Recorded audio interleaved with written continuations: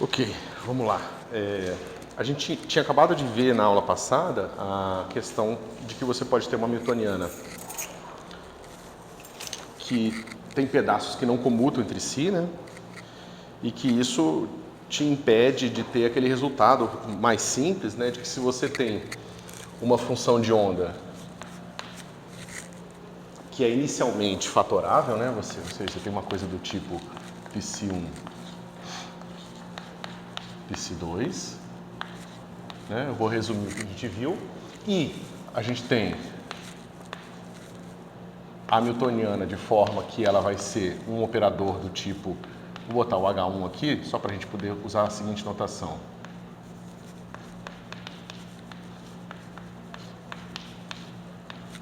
Tá certo?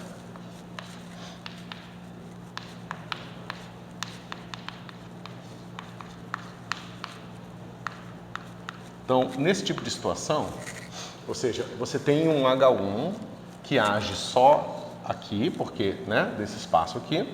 Você monta o operador H1 completo, fazendo produto tensorial com a identidade no espaço 2. E a mesma coisa para o H2, né? Eu estou trazendo os resultados da aula passada de uma forma um pouco mais compacta, tá?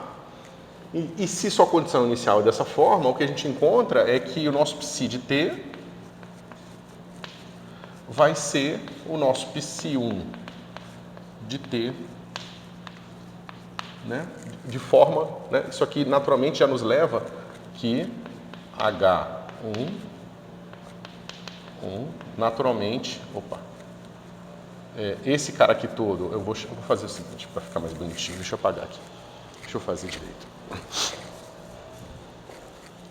Então eu vou, para a gente fazer contato com o que a gente viu na aula passada, reexpressar, isso aqui é o que eu estava chamando de H1, agora já numa linguagem de produto tensorial, e esse cara aqui é o que eu chamei de H2 na aula passada, certo? Essa estrutura, ela é construída dessa forma justamente porque nós tínhamos que H1, H2 como estavam, né? E a gente mostrou que se a nossa condição inicial dada por essa forma, então, para um tempo t qualquer, isso aqui vai ser igual a psi1 de t tensor psi2 de t. Onde psi de t vai ser igual a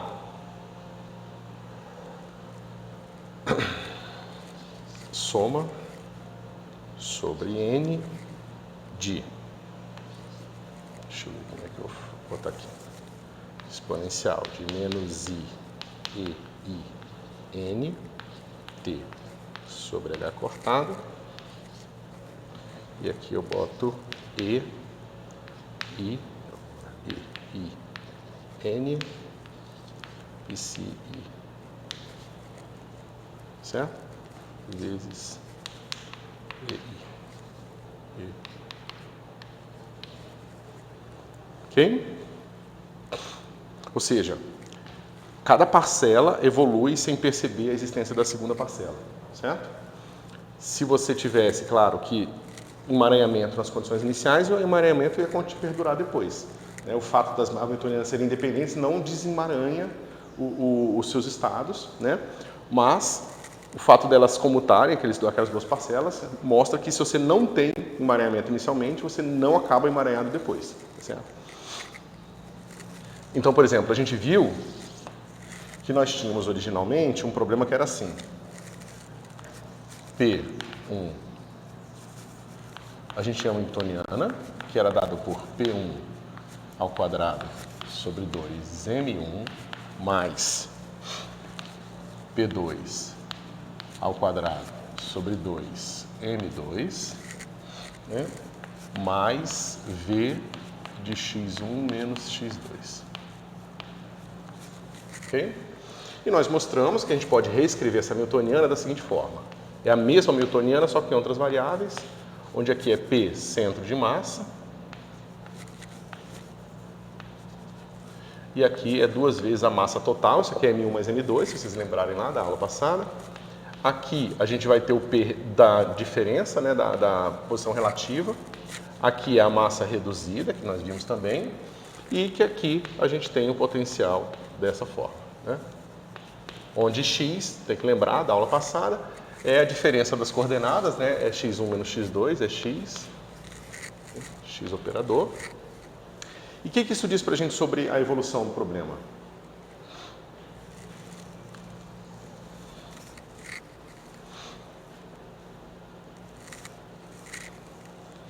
Só para a gente ter um exemplo. Vamos fazer o seguinte. Até aqui vocês lembram de tudo que a gente estava fazendo? Vamos dizer agora, por exemplo, que esse cara aqui é oscilador harmônico. Tá certo? Esse aqui vai ser uma coisa do tipo m ômega quadrado sobre 2 x chapéu. Tá certo? Isso diz pra gente o quê? Esse resultado aqui diz pra gente que a gente pode colocar a seguinte condição inicial. O meu psi vai ser igual a... Vamos dizer que esse primeiro pedaço aqui são as coordenadas de centro de massa, né? Então eu boto aqui, digamos, um pacote gaussiano, tá certo? Centrado em I, tensor, o estado fundamental. Certo? Dá para entender o que está acontecendo aqui? Quando o tempo passar, a gente viu o que acontece com o pacote gaussiano, né? O pacote gaussiano vai fazer o quê? Você tem aqui, ele tem um certo centro μ. Quando o tempo, digamos que ele tenha um momento P qualquer, digamos que ele está andando para cá com um certo momento P, né? Basta a gente botar um P0 lá na função de onda, lembra? A gente pode botar um P0, que é uma constante, uma fase constante na função de onda, e quando o tempo passar, esse pacote anda para cá. É claro que ele pode aumentar a largura, ele pode diminuir a largura, mas de qualquer forma ele anda o centro dele aqui. Certo? Mas isso significa que esse pedaço das condições, das variáveis ali que descrevem o seu sistema está se movendo para cá, e esse cara aqui continua com o oscilador harmônico no estado fundamental. Certo? É claro que você pode agora ver que se você tentar encontrar esse cara aqui, se você tentar projetar em x1, x2, vai ter emaranhamento aqui. Se você calcular esse negócio aqui. Psi, digamos, de t. Vou até isso. Vou botar como tanto faz.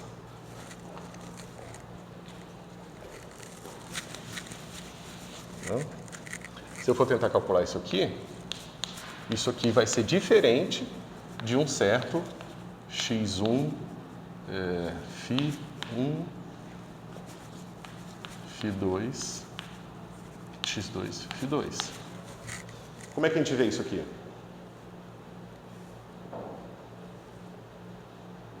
Você tem alguma ideia?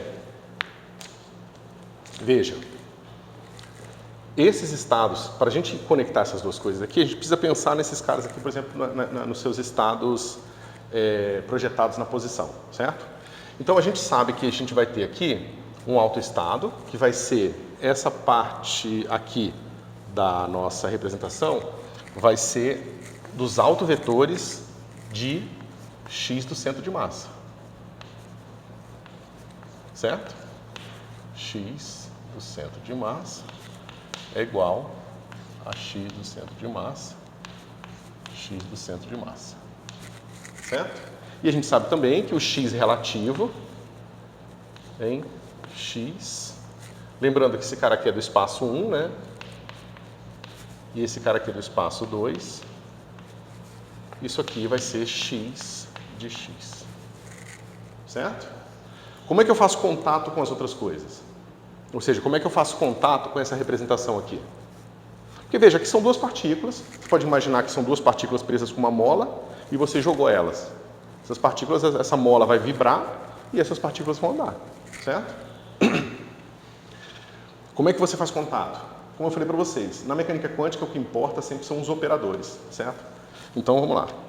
Se você escreve o seu operador x do centro de massa, ele vai ser escrito assim: m1 x1 mais m2 x2 sobre a soma das massas, que eu chamo de M, certo?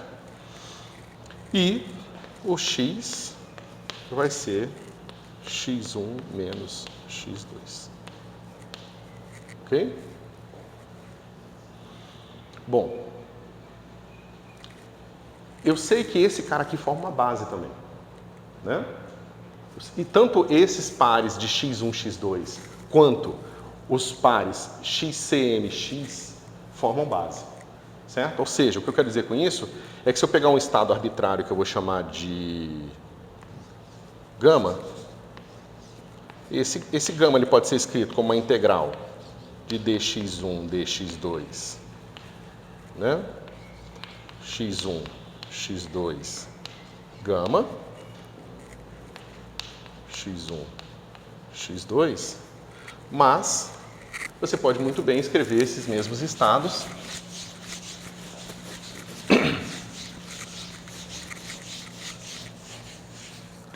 você pode muito bem escrever aqueles estados gama usando dx do centro de massa, dx, e é a mesma coisa aqui, x do centro de massa, x, e aqui vai ser o meu estado gama. X do centro de massa, x. Certo? Se eu quiser relacionar esses coeficientes aqui, né? Que isso aqui são as componentes do meu vetor de estado nessa base. E esses caras aqui são os coeficientes do meu vetor de estado numa outra base. Se eu quiser relacionar os dois, como é que eu faço?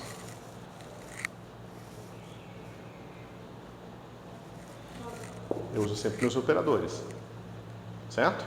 Porque, por exemplo, esse cara aqui, ó, eu sei que x1 atuando em x1, x2 é igual a x1, x1, x2.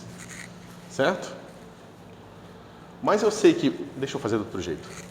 Deixa eu fazer na outra direção, porque eu já estou com as expressões aí. Eu sei que x do centro de massa, atuando em x do centro de massa, e x vai ser igual a x do centro de massa, x do centro de massa e o x relativo, certo? Mas aqui eu sei que eu tenho o seguinte, eu tenho x1, m1, x1 mais m2, x2 sobre m, x do centro de massa, x igual a x do centro de massa, x do centro de massa e x. Certo? Agora veja, eu quero saber a conexão entre essa base, né, que é o x do centro de massa e x, e a minha base das partículas individuais, que é essa aqui. O que eu posso fazer? Eu projeto essa equação aqui dos dois lados na base x1, x2, certo? Então vai ficar assim. x1, x2, aí a gente repete, m1, x1 mais m2, x2 sobre m. Eu estou mostrando um negócio que vai parecer simples, mas é bom fazer com esses passos porque vocês vão conseguir fazer num contexto mais complicado, tá? E aqui vai ficar x cm, x1, x2, xcm e x. Certo? Mas veja, pessoal, o que está acontecendo aqui? Esse cara é autoadjunto, ele pode atuar à esquerda. Se ele atuar à esquerda, o que a gente tem?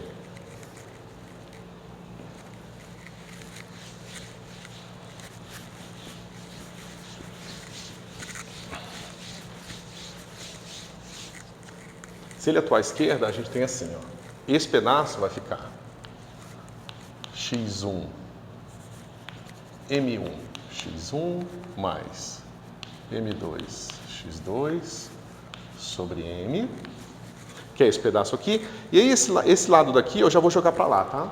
Vai ficar assim, menos x do centro de massa. Aí eu boto um colchete aqui.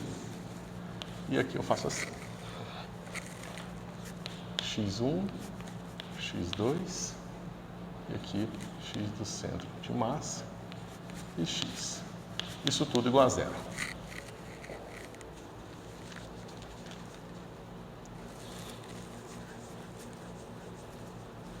Certo? Mas veja, eu poderia ter feito o seguinte. Eu poderia ter feito essa mesma brincadeira aqui, só que em vez de eu colocar aqui o x do centro de massa, eu boto o x relativo. Certo? Eu iria encontrar outra equação, que ia ser assim, ó. x1 menos x2 menos o x relativo.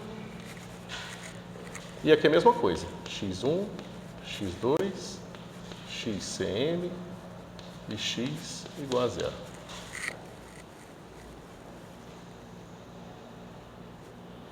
Bom, pessoal, como é que eu faço para que essas duas coisas sejam verdade? Essas duas equações sejam satisfeitas? Lembrem-se, aqui, nessa expressão, eu posso botar qualquer valor para xcm, qualquer valor para x, qualquer valor para x1, qualquer valor para x2. Certo? Eu não tenho nenhuma restrição nos valores, nesses 4 números que eu posso colocar aqui. Só que eu sei que isso aqui tem que dar zero. E se eu botar qualquer 4 números nessa expressão aqui, não vai dar zero. Eu posso botar 5, 0 e 0 e vai dar 5. Certo? Aqui também, eu posso botar qualquer 4 valores aqui e eu não vou obter necessariamente zero. Certo? Então, eu preciso que essa expressão aqui seja zero para todos os valores que não satisfaçam essas duas equações aqui. Certo? Ou seja, eu preciso que dá para vocês pensarem um pouco e perceberem que a única solução para essas duas equações, por incrível que pareça, é o quê? Delta de... aqui eu teria que inverter... Não, tanto faz, posso fazer dos dois lados. Delta de xcm menos... Eu vou precisar de mais espaço, vou escrever aqui embaixo. Delta xcm menos m1 x1 m2 x2 sobre m vezes delta de x menos x1 menos x2. O que, como eu falei para vocês, é o óbvio, tá certo? Mas vocês sabem os passos que vocês precisam seguir para encontrar essa expressão, certo? Isso aqui está claro para vocês? Porque essa expressão ela tem que ser zero, exceto no ponto onde essa expressão é zero. E essa expressão tem que ser zero, exceto onde essa expressão é zero. Certo? O único tipo de função, entre muitas aspas, que a gente tem, que tem esse tipo de comportamento, que é zero em todos os lugares, exceto num ponto, é a delta de Dirac. Tá certo? E é por isso que a gente constrói aqui, tá vendo?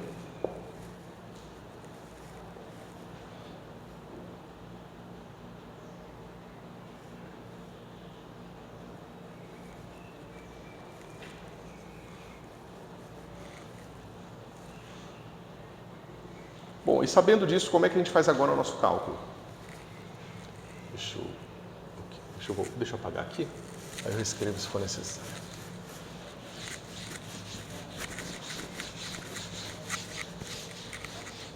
Tem várias lições importantes para se tirar desse exemplo, tá, pessoal? Então vamos lá, a gente sabe que a nossa função de onda, que começar assim, né, um pacote de onda gaussiano, não sei se foi assim que eu fiz, mas deixa pra lá. Esse cara aqui, lembra, são dos graus de liberdade associados ao operador de centro de massa, e esse cara aqui são dos graus de liberdade associados ao operador de diferença relativa, certo? O que acontece agora aqui se eu quiser calcular essa função?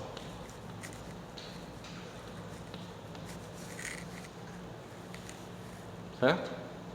Eu vou fazer o quê? Eu vou colocar aqui no meio uma identidade do espaço onde eu conheço os meus resultados não emaranhados.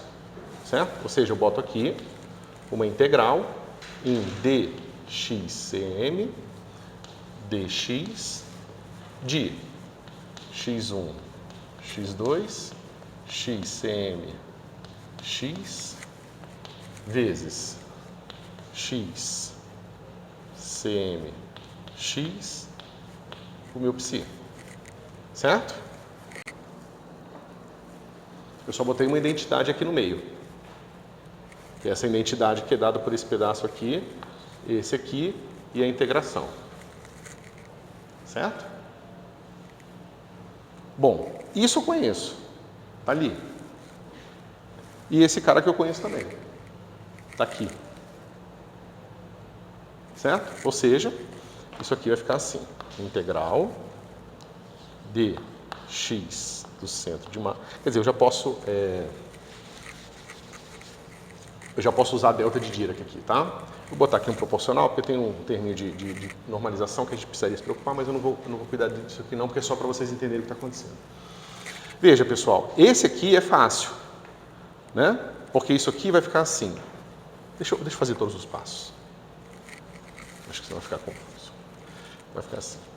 x1, x2, psi, igual, integral, dx cm dx delta de xcm menos x1 m1 x2 m2 sobre m. Não vai ter espaço aqui. Deixa eu fazer do outro lado.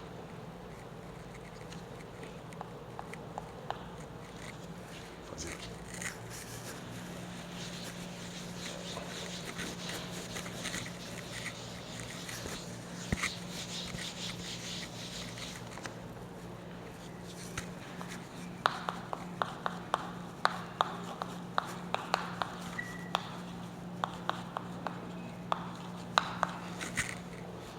X, aí eu já vou botar assim. Delta de xcm menos x1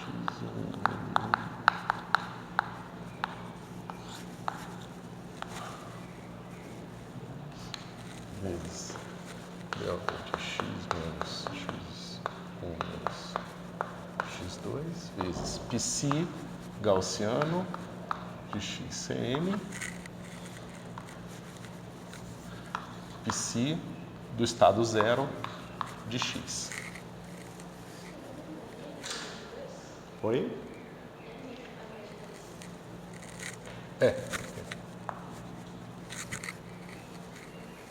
Ok? Tá bom, isso aqui são deltas de Dirac, eu posso integrar. Isso aqui fica fácil. Fica assim. Psi gaussiano, só que agora calculado em x1 m1 mais x2 m2 sobre m vezes o psi do estado fundamental do oscilador harmônico calculado em x1 menos x2. Certo? Pessoal, nesse caso especificamente,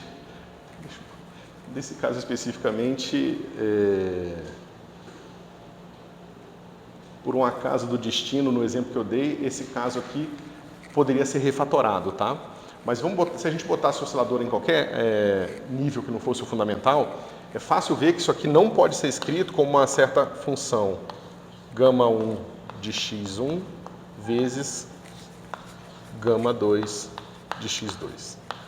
Não dá para fatorar esse cara aqui, certo? Mas é o que eu falei para vocês. Nessas variáveis, pelo fato dos newtonianos não comutarem, se eu começar não correlacionado, a correlação vai ser criada com o tempo. Entendeu? E aqui você vê que nos observadores, né, para os observadores nos observáveis CM e C, eu tenho não correlação do começo ao fim, mas se eu olhar do ponto de vista dessas variáveis aqui, agora essas minhas variáveis vão estar correlacionadas.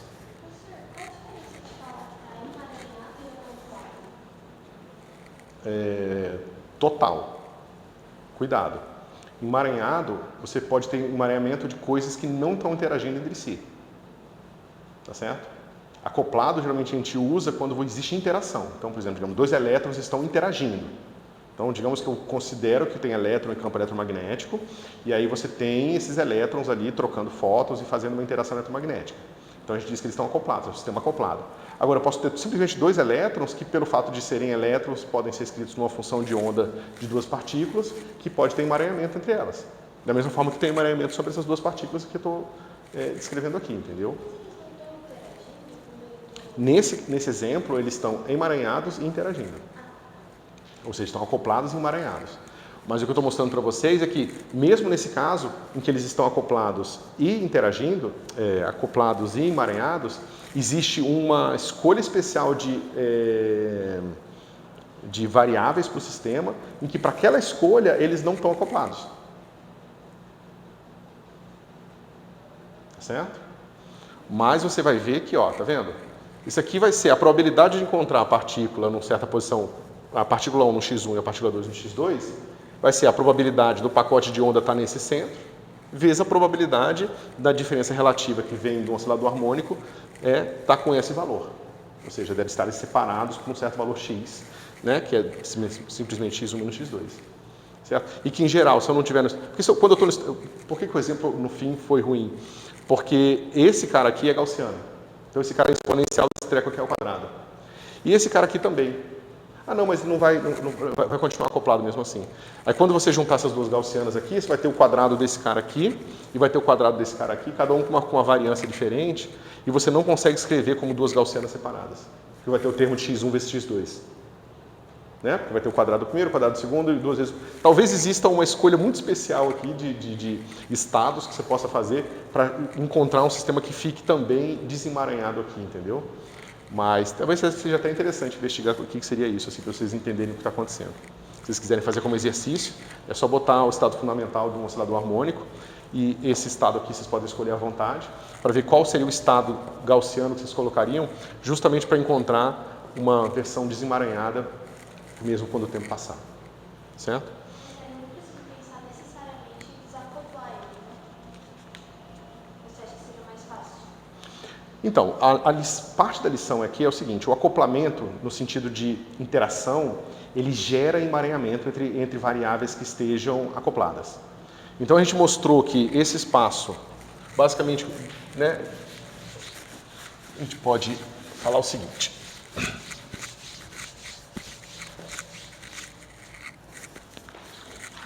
A gente tem a nossa Hamiltoniana e o nosso sistema é o mesmo, é um sistema físico igual. E a gente viu que a gente pode escrever como sendo H1 mais H2, ou melhor, a gente pode escrever de uma forma não separável, P1 ao quadrado sobre 2M1 mais P2 ao quadrado sobre 2M2 mais V de x1, x2, tá certo? Mas a gente viu que a gente pode escrever muito bem uma Hamiltoniana do centro de massa mais uma Hamiltoniana da posição relativa, e a gente mostra facilmente que a Hamiltoniana do centro de massa comuta com a Hamiltoniana da posição relativa. Certo? Isso foi o que a gente viu até agora.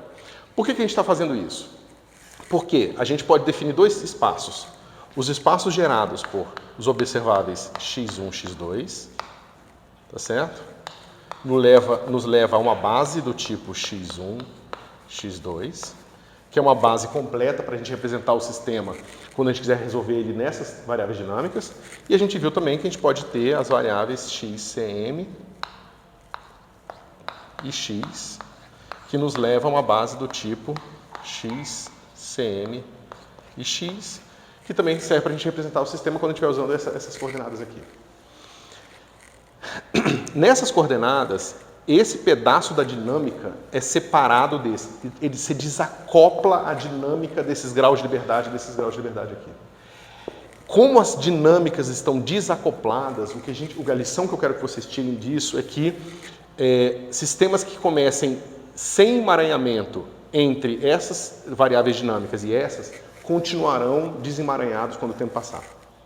Tá certo? E quando você começar em sistemas desse tipo aqui, descritos dessa forma, que tem acoplamento, então, mesmo que você começasse com uma versão desemaranhada, com o tempo, a dinâmica ia emaranhar devido ao acoplamento entre as variáveis x1 e x2. Tá certo? Que é isso que a gente está vendo aqui. A gente está vendo do outro lado, a gente está vendo que a gente começa nesse cara aqui, desemaranhado. A gente mostrou, né, que a gente sempre pode escrever como um produto, assim, se começar como um produto, ele termina como um produto, foi o que a gente começou vendo nessa aula. Só que se eu pego um estado que está escrito como um produto, na hora que eu olho do ponto de vista de funções de x1 e x2, eu não consigo encontrar isso aqui. Eu não consigo representar o produto dessas funções, que estavam como funções de x, cn e x, como um produto de funções que só dependem do x1 e um que só depende de x2. Se você botar uma gaussiana e abrir, como eu falei, isso aqui vai dar o quadrado desse termo aqui, vai ter x1 ao quadrado, mais duas vezes o x1 vezes x2, mais o x2 quadrado. Esse duas vezes x1 vezes x2 que vem daqui e o que vem daqui, se não se combinarem de uma forma muito especial para dar zero, te impedem de escrever isso como um produto de duas funções. Tá certo? Então, aquele estado geralmente não, ele necessariamente vai evoluir para um estado emaranhado. Tá certo? Então, não acoplado, tá certo? Aqui não tem acoplamento entre essas variáveis dinâmicas aqui. E aqui claramente tem acoplamento entre essas duas variáveis dinâmicas. O acoplamento leva ao emaranhamento, o não acoplamento não leva ao emaranhamento.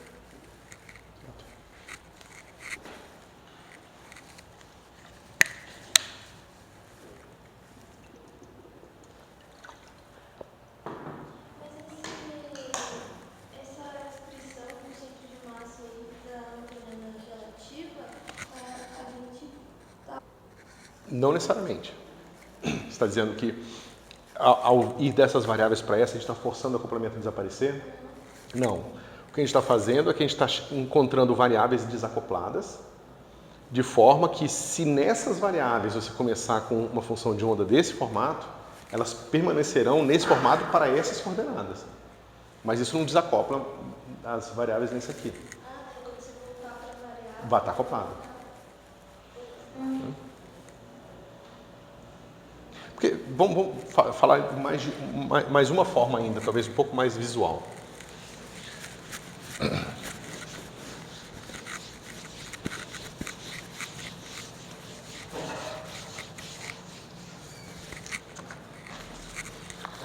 Digamos que eu tenho o meu sistema que está aqui, ó, tá certo? Aqui é x1 e aqui é x2, tá certo? E aí eu tenho aqui minha partícula, minha posição, a posição dela está aqui. Por que essa posição aqui representa que x1 está deslocado desse primeiro valor aqui, A1, e aqui o meu x2 está deslocado de B2, tá certo? O que aconteceria se essas partículas estivessem somente oscilando? Em torno da 8, deixa eu ver.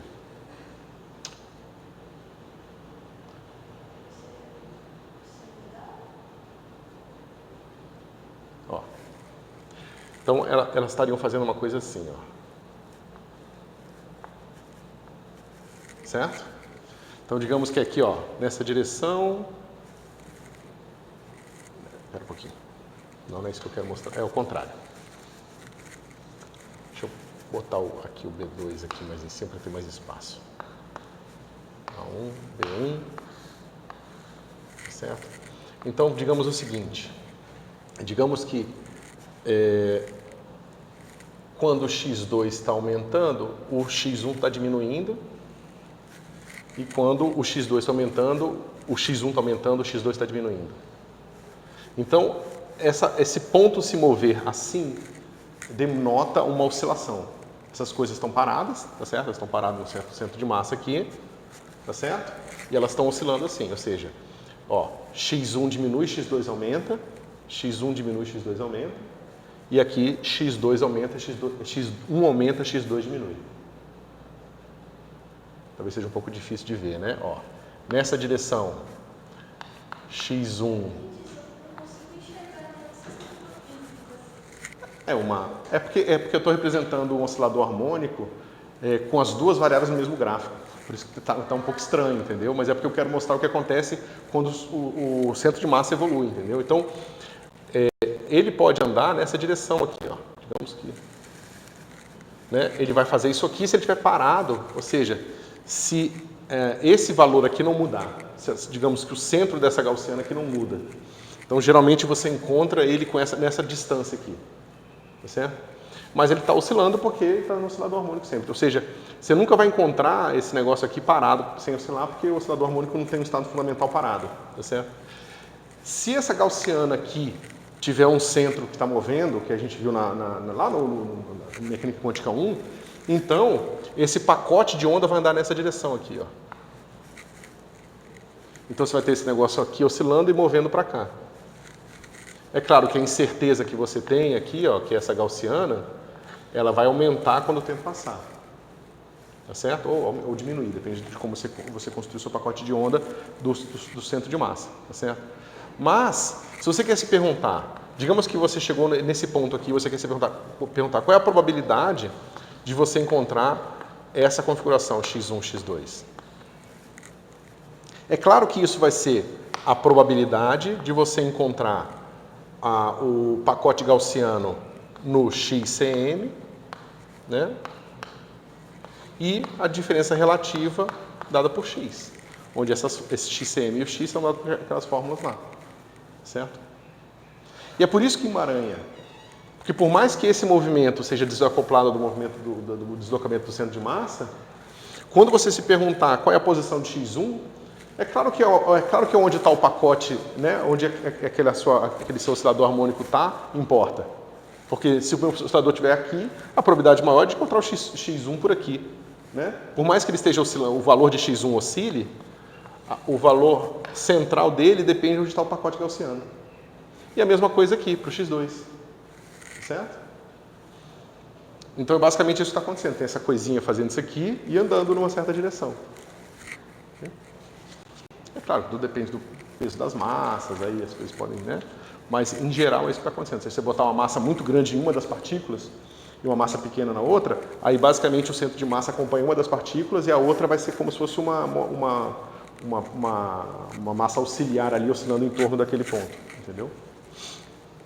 Mas é isso, tá certo? Então esse é o papel do emaranhamento e do acoplamento, tá certo? Como que um gera o outro e vice-versa.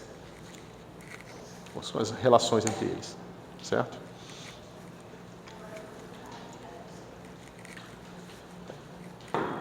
Tá claro, pessoal, esse tipo de raciocínio vai ser bastante necessário daqui para frente, tá?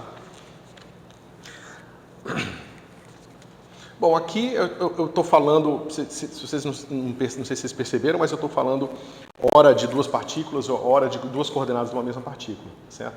E basicamente é o que vai acontecer, porque na prática o que importa é a álgebra dos operadores. Então, do ponto de vista da álgebra, tanto faz se esses caras aqui comutam porque são duas coordenadas em direções diferentes para uma mesma partícula, ou porque são as mesmas coordenadas de duas partículas diferentes. A representação é a mesma, tá certo? Então, agora, com essas ferramentas que nós construímos, a gente pode muito bem construir estados que representem a posição de uma partícula que habita um espaço tridimensional, tá certo? A gente pode escrever assim, ou a gente pode escrever x1, x2, x3, tá certo? Se a gente tiver, por exemplo, duas partículas em 3 dimensões, a gente vai ter um estado do tipo x1, x2, né? Aí eu vou trocar de notação aqui só para ficar melhor, vai ficar uma coisa assim, x1, y1, z1, x2, y2, z2. Tá certo? Então você vê que agora o seu espaço de Hilbert, ele é o produto tensorial de 6 espaços de funções integráveis em uma coordenada. Tá certo? Isso sem introduzir as complicações que a gente vai ver já já do fato das partículas poderem ser indistinguíveis. Tá bom? Bom, agora a gente tem a ferramenta geral. Vocês poderiam se perguntar o seguinte: bom, professor, mas você mostrou pra gente como é que você faz o produto tensorial de 2 espaços. E agora você acabou de falar pra gente do produto tensorial de 6 espaços. Né? Então aqui vocês podem fazer aquela mesma construção e pensar o seguinte: eu tenho um vetor, um espaço vetorial V1. E eu mostrei como constrói tanto vetores, como operadores e como covetores nesse espaço aqui, certo? Aí você poderia pensar, bom, mas como é que eu faço um terceiro produto tensorial? É fácil. Você chama esse cara aqui de VA, né? E digamos que você queira um terceiro espaço aqui, V3. Aí você faz aqui na mesma lógica da construção que nós fizemos anteriormente para calcular o produto tensorial de VA com V3. Certo? Você poderia se preocupar, claro, que talvez esse cara aqui pudesse ser diferente, por exemplo, digamos que eu vou usar parênteses para ficar, para denotar a mesma coisa, tá certo? Isso aqui poderia ser potencialmente diferente do produto tensorial de 1 com um espaço que eu construísse primeiro fazendo o produto tensorial de 2 e 3, tá certo? Mas o que a gente mostra é que essa construção, nesse sentido aqui, é associativa, tá certo? A gente não vai entrar nesses detalhes, mas se você construir esse espaço aqui, calcular o produto tensorial com esse, ou construir primeiro esse espaço e calcular o produto tensorial com esse, o que você encontra no fim é associativo, certo? E associativo, pessoal, eu não vou entrar em nenhuma demonstração, mas é fácil de ver que quando a gente constrói esses espaços, isso aqui vem do produto de cada dimensão separadamente, no sentido de produto de números complexos mesmo. Lembra que são aquelas funções que dependem só de x1, com funções que só dependem de x2, que a gente construiu esses vetores aqui. Como o produto de números complexos é associativo, então acaba que essa construção é associativa também, tá certo? Não é fácil ver, mas eu só estou tentando dar um pouco de coisas para vocês pensarem, se vocês se perguntarem se isso aqui é realmente verdade. Não, associativo, não é comutativo. Não, comutativo não é, porque tem que tomar um pouco de cuidado, porque isso vai ser bastante importante. Na verdade, a sua pergunta foi excelente. Tudo bem, a gente pode dizer que isso aqui é associativo, mas isso aqui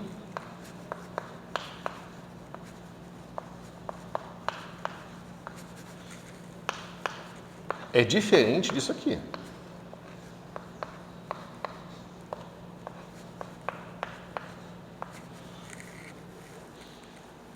E a gente tem que tomar bastante cuidado, porque na verdade é o que a gente vai começar a discutir agora. Numa construção de produto tensorial, a ordem que as coisas aparecem nas sequências ordenadas tem significado físico. Tá certo? Por exemplo, nessa continha que eu estou fazendo aqui, ó, se eu boto um número aqui e um número aqui, eles têm significados físicos totalmente diferentes. Esse X aqui, ele dá a posição do centro de massa, que tem um significado físico, ou seja, ele denota na realidade uma coisa totalmente diferente desse cara aqui. Tá certo? Mas, se eu tivesse, por exemplo, falando de x1 e x2 como a posição de uma partícula numa mesma direção, eles teriam um sentido físico muito mais próximo. Mas aqui traria a informação de que dentro da primeira entrada da sua sequência ordenada vem a posição da partícula 1, e na segunda entrada da sua sequência ordenada você tem a posição da partícula 2. Mas a construção produto tensorial, ela carrega nela uma informação que está associada à ordem dos estados. Tá certo? E que praticamente é o que a gente vai ver agora, como a gente brinca para tirar essa informação. Porque, na verdade, a gente realiza que essa informação não deveria estar aqui. Tá certo? E a gente vai ver por quê. Vou tomar um gole d'água.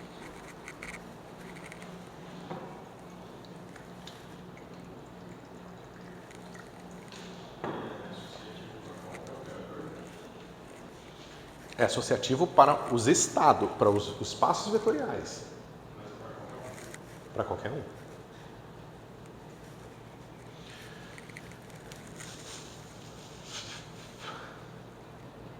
Pensando se tem alguma exceção.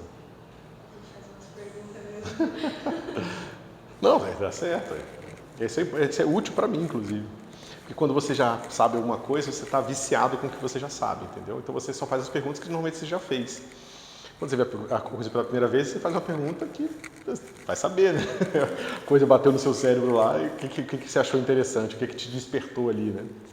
Então pode ser útil para mim, inclusive. Tá. Olha, eu não consigo me pensar em nenhum caso em que alguma coisa estranha aconteceria ali se a gente construísse de um jeito ou de outro, tá certo? Mas vocês vão ver que essa associatividade não vai ser mais verdade quando a gente construir os estados de partículas idênticas. Certo? Mas a gente vai chegar lá. Justamente porque a gente vai começar a brincar com a ordem e o significado. Okay? É aquela coisa que eu falo para quem já fez vários cursos, acho que vocês todos já fizeram vários cursos comigo, a gente tem que tomar muito cuidado quando a gente faz uma construção na física, porque a informação que a gente coloca na estrutura matemática e a que a gente não coloca é importante. Quando você constrói uma teoria que não carrega uma certa informação, isso em si é parte da construção da teoria. Né? Assim como quando você tenta construir relatividade geral, você não quer colocar informação sobre uma escolha de sistema de coordenadas, porque você está querendo fazer uma construção de uma teoria matemática que remonte o princípio filosófico da relatividade geral de que a maneira que nós descrevemos as coisas tem que ser independente da dinâmica intrínseca das coisas. Certo? Então aqui, quando a gente constrói, dada a sua pergunta, e introduz na construção da teoria uma informação adicional que é qual o significado da posição dos vetores no produto tensorial, a gente está colocando alguma coisa. E a gente vai ver que a gente vai precisar tirar essa coisa para construir teorias que remontem à natureza. Certo? Bom. Mais partículas e mais dimensões. Ok. Então vamos fazer aqui, vamos discutir um pouco de distinguibilidade e indistinguibilidade.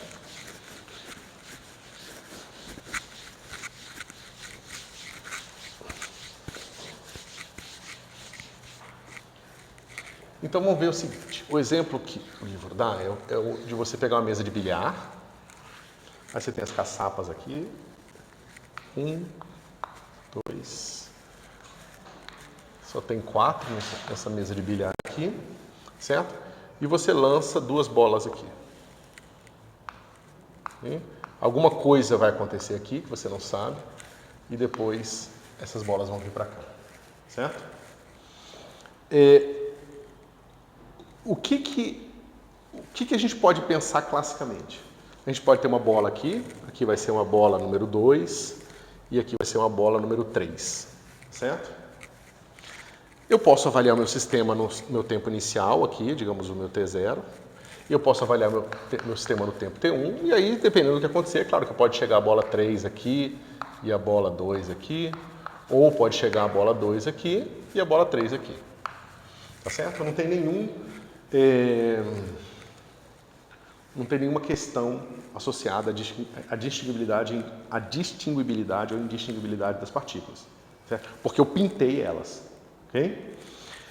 Uma segunda coisa pode acontecer, eu pego 2 bolas, que são 2 bolas diferentes, que são clássicas, tá certo? Mas eu não tenho como distingui-las porque elas são da mesma cor, do mesmo formato, do mesmo peso e tudo mais, certo? O que aconteceria nesse caso aqui, pessoal? Eu vou encontrar as 2 bolas aqui chegando nas 2 caçapas e eu não vou poder distingui-las, tá certo? Mas eu não vou poder distingui-las não porque elas são intrinsecamente indistinguíveis, certo? Eu não vou conseguir distingui-las porque eu não conheço a diferença entre elas, ou eu não sou capaz de medir a diferença entre elas, tá certo? E esses 2 tipos de distinguibilidade e indistinguibilidade vão ser bastante importantes, porque as teorias que nós vamos obter vão ser teorias diferentes. Tá certo? Uma teoria que eu digo, essas bolas elas são diferentes, mas eu não consigo medir a diferença entre elas, ela vai te dar umas certas dinâmicas e certas evoluções temporais. E numa outra teoria eu posso dizer, é impossível distingui-las. Eu estou ainda no exemplo onde que elas são distinguíveis, mas a gente consegue distinguir, e distinguíveis a gente não consegue distinguir. Mas elas são distinguíveis sempre, tá certo? Eu estou dizendo que essa construção, ou seja, a gente poderia se perguntar, bom, será que esse negócio da mecânica quântica, dizer que as partículas são indistinguíveis, não é uma limitação nossa, tá certo? Quando a gente constrói uma teoria baseada nisso, ela dá diferente das observações do laboratório. Tá certo? Se nós construíssemos uma teoria de mecânica quântica de várias partículas, supondo que a indistinguibilidade é uma falta de capacidade humana de medir a diferença entre elas, nós encontraríamos uma teoria e essa teoria não bateria com os experimentos. Ou seja, A teoria que a gente precisa construir é uma teoria que a indistinguibilidade é intrínseca, tá certo? Ela faz parte da natureza dessas bolinhas, tá certo?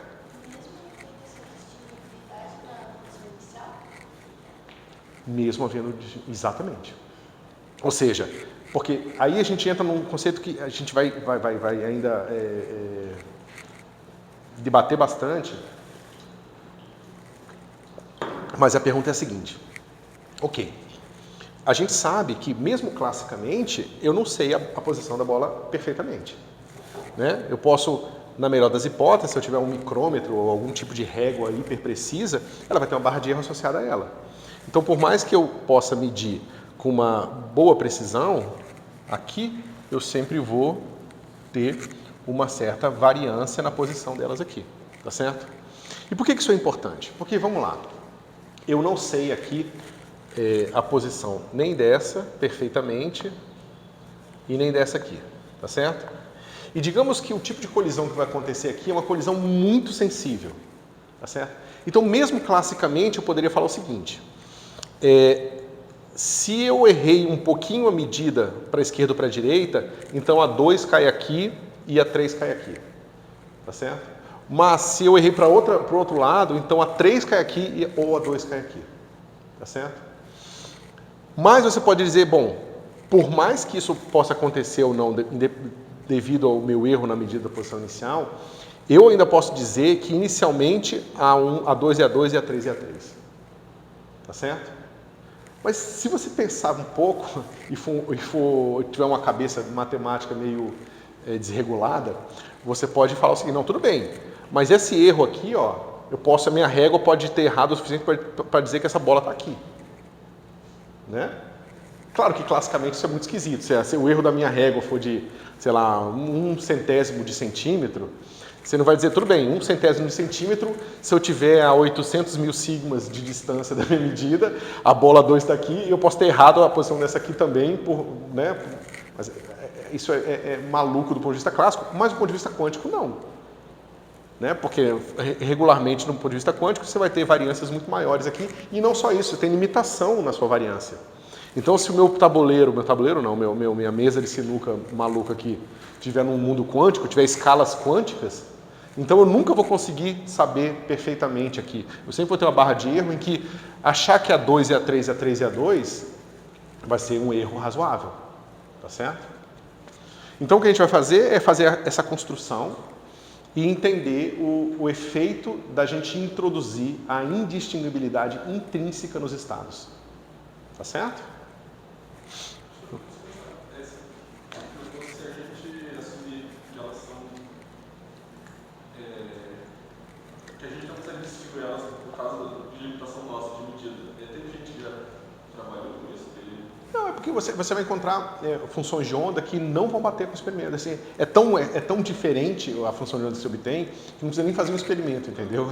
De cara você sabe que aquilo ali você não vai medir. Mas a gente vai discutir bastante como medir que tipo de indistinguibilidade a sua partícula tem. Porque tem dois tipos de indistinguibilidade, a gente vai mostrar. E que justamente vão estar associados aos férmions e aos bósons. Os bósons têm um tipo particular de indistinguibilidade, e os bósons têm um e os férmions têm outro. Certo? Deixa eu ver se falta alguma coisa. Ok. Uma outra coisa importante para se fazer aqui é o seguinte: quando eu estou na situação clássica, faz sentido eu dar um nome para elas. Essa aqui é a 2 e essa aqui é a 3, tá certo? Se eu tentar partir para numa descrição que é indistinguível de partida, isso não faz mais sentido. As perguntas que eu faço no caso distinguível são as seguintes: qual é a probabilidade de a partícula A estar num ponto e a partícula B está em outro ponto, tá certo? Percebam que a pergunta que eu posso fazer no caso indistinguível é totalmente diferente. As perguntas seriam do tipo: qual é a probabilidade de eu encontrar uma partícula numa certa posição e outra partícula em outra? Eu não posso introduzir na minha pergunta alguma coisa que diferencie as partículas. Eu não posso fazer mais essas perguntas quando eu suponho que a minha estrutura precisa ser indistinguível, intrinsecamente. Certo? Ok. Vamos lá. O que nós mostramos então é que a gente pode pegar, no caso distinguível, foi essa pergunta aqui, a gente pode fazer a seguinte construção. Psi pertence ao estado V1, V2. Tá certo? Nesse caso, o meu psi pode ser escrito como, sei lá, psi1, psi2. Porém, nessa construção, as minhas partículas são distinguíveis. Porque eu posso fazer a seguinte pergunta. Ou seja, eu posso projetar isso aqui assim, ó. E essa projeção do seu vetor de estado, ela equivale a você perguntar qual é a probabilidade desse estado representar uma partícula, dado esse estado, eu encontrar a partícula que é representada pelo estado V1 na posição x1 e a partícula que é representada pelos estados V2 na posição x2. Tá certo? Então, aquela pergunta que eu falei que a gente não vai poder fazer no caso indistinguível, a gente poderia fazer aqui. Certo? Então, os estados de produto tensorial, eles não servem para representar, pelo menos na sua maneira mais bruta, não servem para a gente representar partículas indistinguíveis.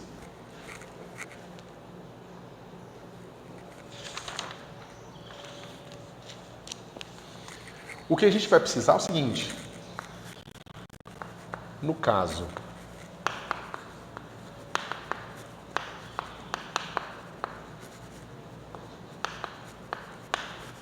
indistinguível, a ordem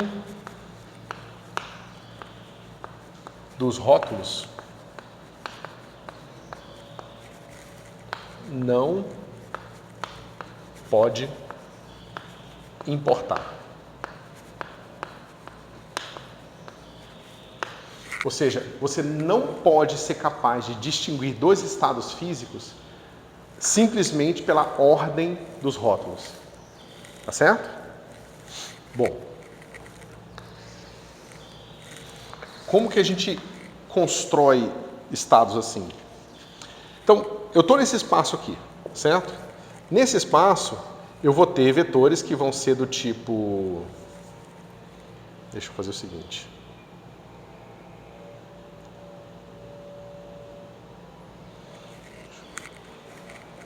Fazer isso de uma maneira um pouquinho mais precisa do que a gente faz normalmente.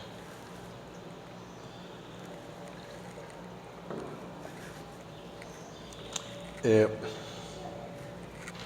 caso indistinguível, não é nem que, só para você ver se eu estou entendendo a filosofia da questão, não é nem que a gente se preocupe em contar esses rótulos, assim, a ordem mesmo já não existe naquela matéria. Então, são duas coisas. Eu fiz uma discussão física sobre como seria uma construção distinguível e uma indistinguível. Eu mostrei que as perguntas que você pode fazer no caso indistinguível são diferentes, tá certo? Eu falei um pouco sobre a construção matemática carregar aquela informação ou não. E tudo está nos levando a crer que essa construção carrega essa informação que nós não queremos que esteja lá, tá certo?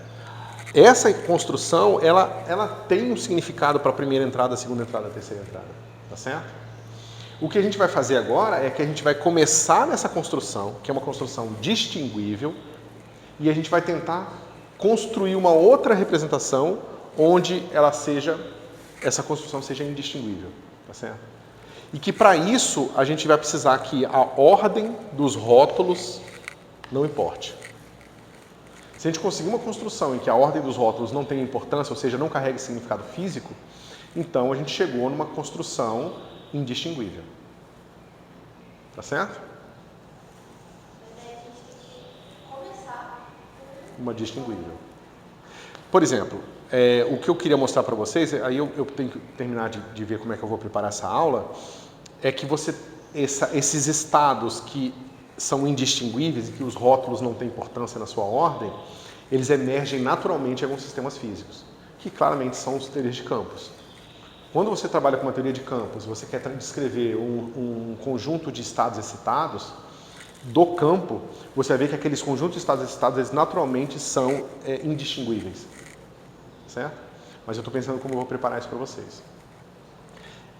Então, nesse sentido, é porque, veja, a gente sabe que a mecânica quântica é bastante fundamental, mas a gente sabe que a teoria de campos é mais fundamental. E é que a mecânica quântica, ela é, digamos, um caso particular de teoria de campos. Tá certo? E é por isso que na mecânica quântica isso é mais artificial. Eu preciso enfiar isso na teoria. E na teoria de campos não, isso aparece naturalmente. Esse é o resultado. Você não consegue, de uma teoria de campos, encontrar um sistema que seja distinguível se eles estão descrevendo simplesmente estados do mesmo campo. Você simplesmente não consegue. Eles já aparecem, já emergem indistinguíveis. Certo? É que a mecânica quântica é um pouco artificial nesse sentido. Certo? Eu estou pensando em tentar, justamente para trazer aquela aula sobre o oscilador harmônico, fazer essa construção e mostrar que essa indistinguibilidade aparece naturalmente. Certo? Ok. Então, como é que eu faço para a ordem não importar?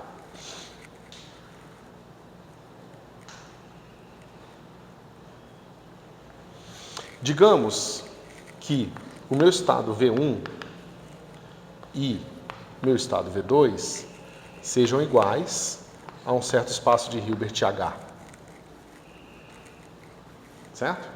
Por exemplo, espaço de Hilbert H pode ser o espaço das funções aqui, das funções f de quadrado integrável.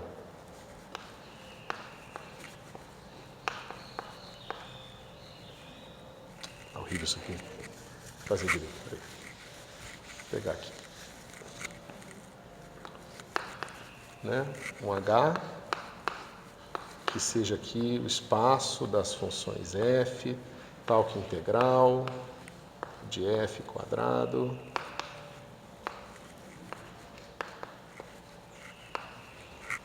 certo? Uma maneira muito simples de representar aqui os espaços de quadrado, das funções de quadrado integrável, tá? De forma que eu sei mapear um vetor daqui para cá e um vetor daqui para cá. Tá certo? Então, eu tenho um mapa natural entre esses dois espaços aqui. Certo? O que eu posso fazer, então? Eu posso fazer a seguinte construção.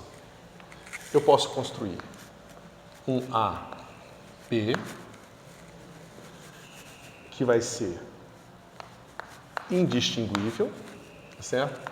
Que pertence a esse espaço aqui.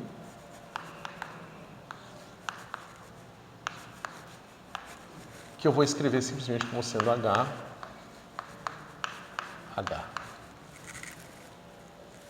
Tá certo? E vou dizer que esse cara é indistinguível quando esse estado físico é igual a esse estado físico aqui.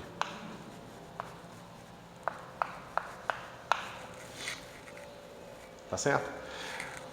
Eu só posso trocar o rótulo de posição aqui justamente porque esses espaços são iguais, tá certo? E eu posso mapear um vetor daqui para cá e vice-versa.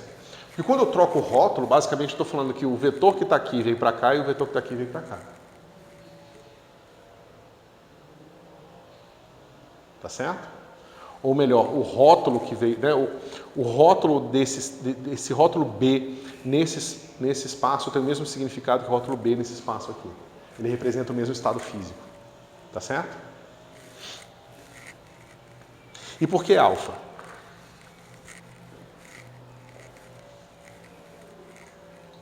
Quem pode me dizer por que eu vou dizer que esse espaço é igual a esse espaço aqui? Desculpa, que esse vetor é igual a esse vetor aqui.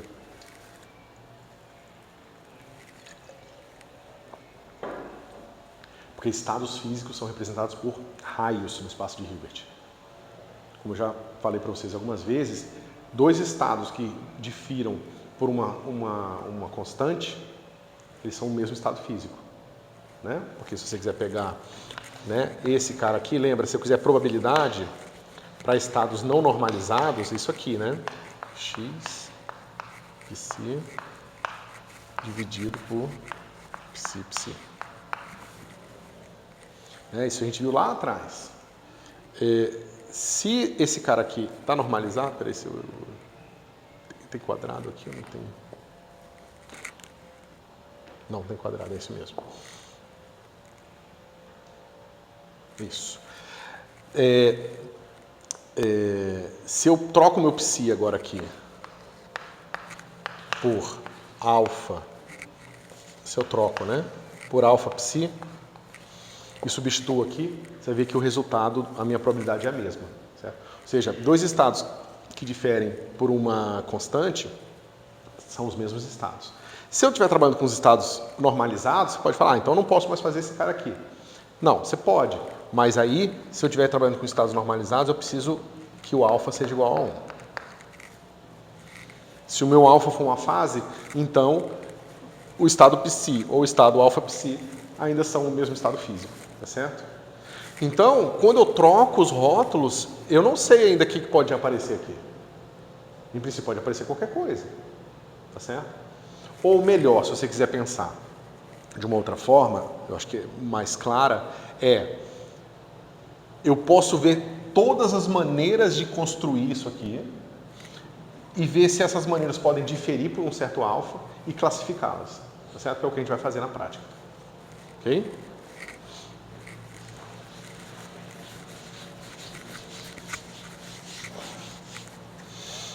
Bom, então o que eu sei aqui, pessoal?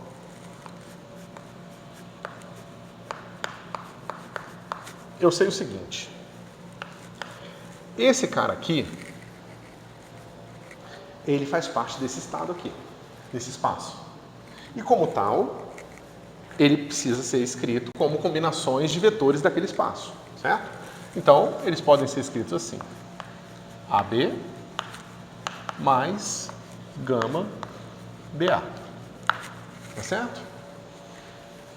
Eu posso depois passar como exercício, porque vocês podem pensar, não, mas eu poderia ter um terceiro estado C aqui na minha brincadeira, um terceiro rótulo C, para construir esses estados para construir esses estados indistinguíveis, tá certo? Mas você vai ver que isso não é possível, ok? Ok. Então, se eu troco os rótulos aqui, o que acontece com o meu estado no lado direito? Vai ficar assim, beta BA mais gama AB. Todo mundo acompanhando? Bom, mas eu quero que esses dois caras sejam iguais, certo? Ou seja, eu quero que BA e seja igual, deixa eu ver onde eu botei o alfa, isso.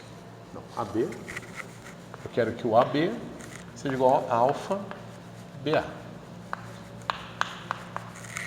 Mas se eu construo aqui esse sistema de equações, eu vou encontrar o seguinte: beta é igual a alfa gama e gama é igual a alfa beta. Certo? Porque eu tenho alfa, o BA ele está aqui, então vai ficar alfa beta tem que ser igual ao gama, que é o que eu tinha antes aqui. Tá certo? Porque aqui é BA, aqui é BA. E a mesma coisa aqui, certo? Sistema simples de equações, certo? Bom, agora eu posso substituir uma coisa na outra aqui, eu vou encontrar o seguinte: módulo de alfa tem que ser, se eu pego o meu gama e coloco aqui, vai aparecer beta dos dois lados, eu corto e vai ficar alfa quadrado, alfa quadrado, igual a 1. Qual a solução para essa equação aqui, pessoal? Alfa é uma fase, né? Ou seja, ele tem que ter módulo 1. Quais são os números complexos de módulo 1, que é o quadrado da 1? Meu alfa, mais ou menos 1. São as duas únicas soluções. Claro que se aqui fosse módulo, aí eu ter todas as fases possíveis, mas não é módulo, é número complexo ao quadrado. O único número complexo ao quadrado que dá 1 é menos 1 e mais 1. Certo?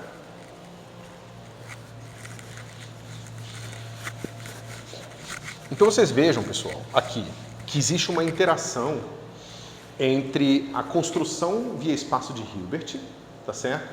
Que permite uma liberdade de fase, ou seja, o fato da minha construção ser projetiva me permitiu, na hora de construir estados indistinguíveis, duas opções aqui, mais e menos. Então você vê que essa liberdade aqui, ela é intrínseca da mecânica quântica. É na mecânica quântica que a gente tem a liberdade de construir, que a gente constrói os estados via representações projetivas, que dois estados que difiram por uma fase representam o mesmo estado físico. Então isso é uma coisa que vem da natureza da construção da mecânica quântica. Ok?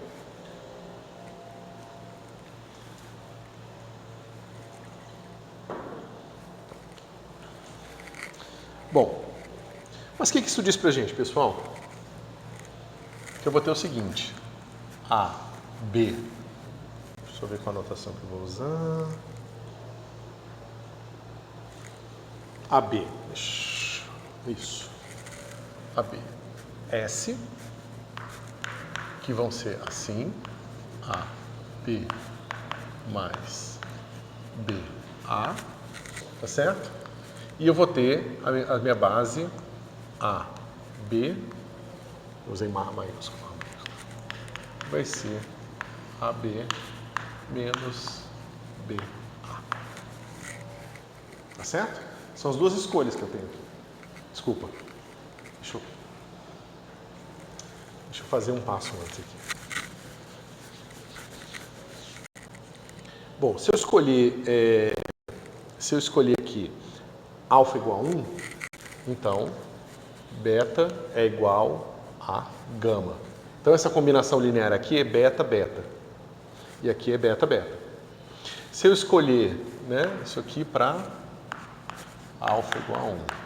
Se eu escolher alfa igual a menos 1, eu vou ter beta igual a menos gama se alfa for igual a menos 1. Certo? Então veja, nas duas escolhas, o beta ele fica como uma constante multiplicativa, tá certo? Deixa eu só ver se eu usei o beta ou o alfa. Tá? Então vamos fazer assim. Então eu tenho aqui A, B, S. Eu vou chamar S porque vai ser simétrico. Ele vai ser beta que multiplica AB mais BA. Certo? E eu vou ter os estados do tipo AB, A, que vão ser assim, beta, A, B, menos BA. Tá certo? Então eu posso pegar vetores que tenham essa propriedade aqui, que eu possa construir desse jeito, e usá-los para construir vetores nesses espaços aqui. Tá certo? Por quê? Se eu pego um vetor que tem essa propriedade, ou seja, de quando eu troco A por B, aqui fica 1, e faço combinações lineares dele, eu continuo com vetores que têm essa mesma propriedade. Certo? Ou seja, eu quero dizer o seguinte.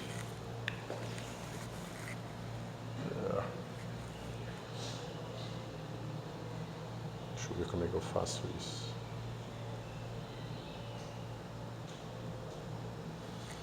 Se eu tenho um psi, que é assim,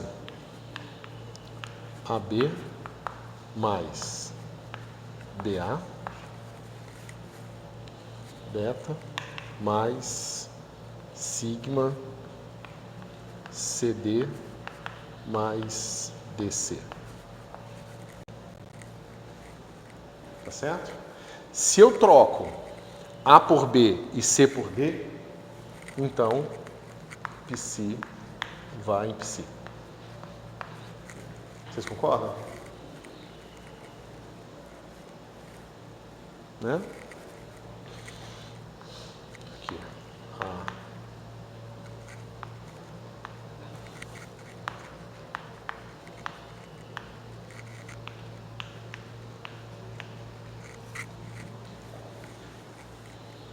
Tá certo?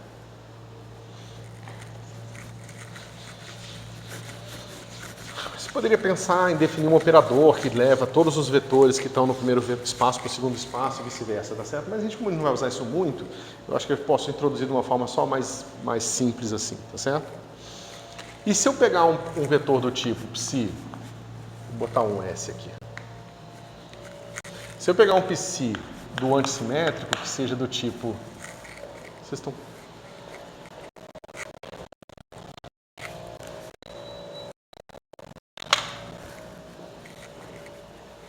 que é do tipo beta AB menos BA mais, eu chamo de sigma CD menos DC, então esse psi A, quando eu for aqui trocar A por B e quando eu trocar C por D, esse cara vai menos psi A. Certo? Mas essa troca ela tem que ser sempre de todos, na combinação linear dos vetores que você estiver fazendo, você precisa trocar todos os primeiros rótulos pelos segundos rótulos e vice-versa. Eles não deveriam ser iguais? Porque é uma constante que ao quadrado. Isso, ó, menos 1 ao quadrado não 1. Mas por que a gente está chamando de nomes diferentes? Porque um dá menos e outro dá mais. E a gente vai ver que eles vão ser diferentes. A dinâmica, várias coisas vão ser diferentes. Né? Mas mais importante que isso, primeiro, o que eu estou mostrando agora para vocês é que esses caras aqui, eles estão formando um subespaço. Tá certo? Ou seja, um elemento do tipo S somado com outro elemento do tipo S dá um elemento do tipo S. E um elemento do tipo A somado com um elemento do tipo A dá um outro elemento do tipo A. Eu não estou saindo do subespaço.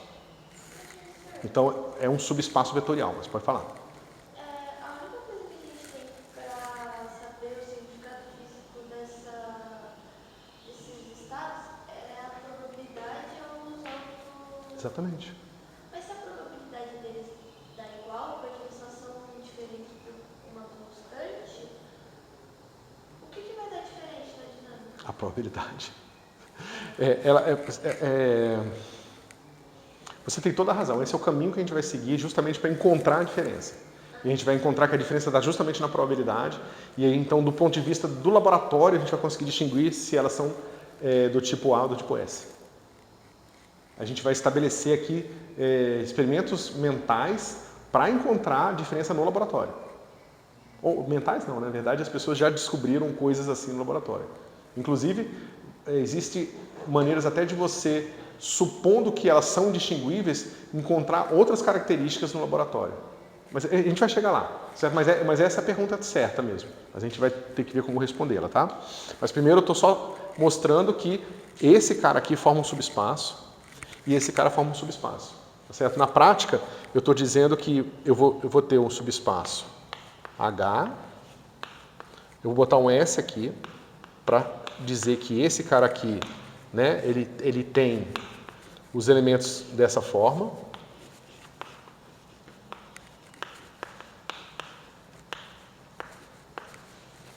Certo? E esse espaço aqui vai ter elementos dessa forma aqui. Claro, nem todo vetor vai ser escrito assim, tá? Ele pode ser feito por combinações lineares. Por isso que eu acabei de falar para vocês aqui que dois vetores antissimétricos dão uma coisa antissimétrica e dois vetores simétricos dão uma coisa simétrica, certo? Então, esse espaço aqui é a combinação linear de vetores dessa forma. E esse espaço aqui é uma combinação linear de vetores dessa forma aqui. Então, eu já mostrei que são dois subespaços, mas ainda não mostrei como esses subespaços se relacionam, certo?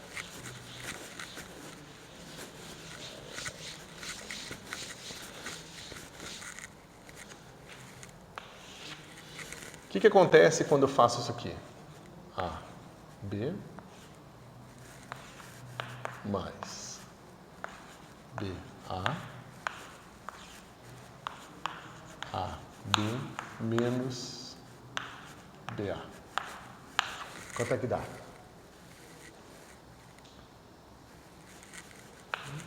Ó, AB, mais BA,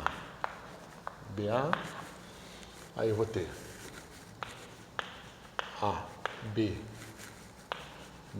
A, menos, menos aqui, menos, mais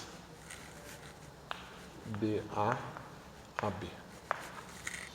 né? Isso aqui é igual a isso aqui. Isso aqui é quanto, pessoal?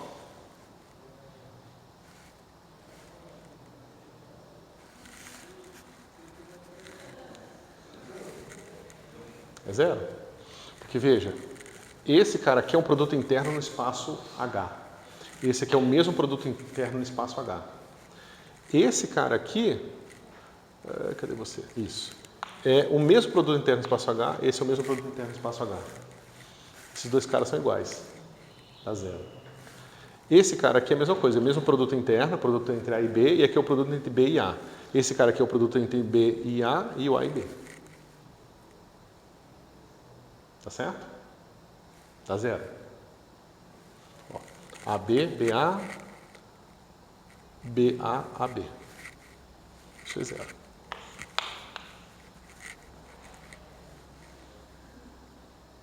Certo? Mas aí você já está separando o... Eu estou usando a minha construção de espaço via produto tensorial.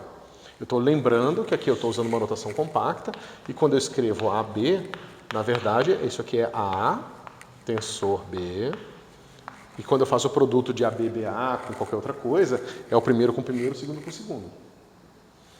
Então esse aqui é o produto interno entre A e aqui é o produto interno BB. Aqui é o produto interno BB vezes o produto interno AA. E são os mesmos espaços, é o mesmo espaço H que eu estou fazendo o produto. Então o valor é o mesmo. Certo? Isso aqui dá sempre zero. Então o que eu mostrei? Esse vetor, esse espaço aqui, né? Ou seja, H, S, H é subespaço de H, H. E esses caras aqui é um subespaço de HH.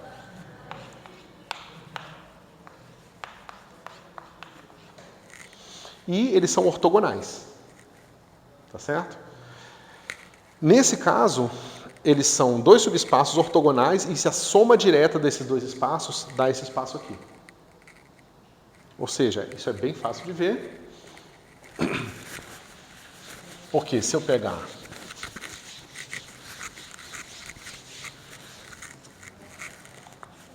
aqui AB mais AB, né? Isso aqui, a menos daquela constante de proporcionalidade, a gente deixa para lá isso aí, isso aqui vai ser proporcional a AB. Né? Se você botar aqui os coeficientes corretos, vamos chamar de lambda 1, lambda 2. Você pode construir um lambda 1, lambda 2 aqui, tem aqueles coeficientes beta e sigma, né? Eu posso fazer essa construção aqui, isso aqui vai ser proporcional a AB. Porque um vai ter um pedaço positivo, tá vendo? Ó? Um vai ter um pedaço aqui, ó. Eu botei o beta, aí vai ter um beta aqui, e aí o outro vai ter, se eu usar o mesmo beta é fácil, é só o lambda 1, lambda 2 serem iguais a 1, né? Aí esse cara corta com esse cara aqui, ó. Certo? E aí eu tenho vetores desse tipo aqui. Certo? E é claro que isso aqui, qualquer combinação linear desses caras aqui, eu mostrei que forma uma base no espaço HH. Certo? Isso não vai ser verdade sempre, tá certo? Isso tem a ver com o fato de que o produto tensorial, eu acho que ele é menos útil do que as pessoas imaginam nesse caso, porque ele te forma espaços muito maiores do que os espaços que a gente vai precisar. Então você precisa ir para um espaço muito grande e jogar fora uma parte grande dele, entendeu? Nesse caso aqui, a gente está mostrando que só tem esses dois subespaços aqui. Mas, como eu falei, se eu tivesse no H3, HHH, aí eu teria muito mais espaços do que os simétricos e os antissimétricos. Eu teria muito mais vetores do que somente os simétricos e os antissimétricos. Ok? Ok, pessoal. Bom, a gente vai começar a discutir bastante essas coisas todas, tá? E a gente vai botar coisas práticas em torno disso, como fazer medidas, como distinguir no laboratório, quais são os tipos de características que vão ter, se eu tiver um gás de partículas simétricas ou um gás de partículas antissimétricas, quais são as características diferentes que esse gás vai ter e assim por diante, certo? E existe uma relação muito íntima entre esse S, né, esse alfa, mais ou menos 1, e o fato das partículas serem spin meio ou semi-inteiro. Meio, ó, semi-inteiro ou inteiro, ok? A gente vai discutir isso também, Mas isso fica para a próxima aula.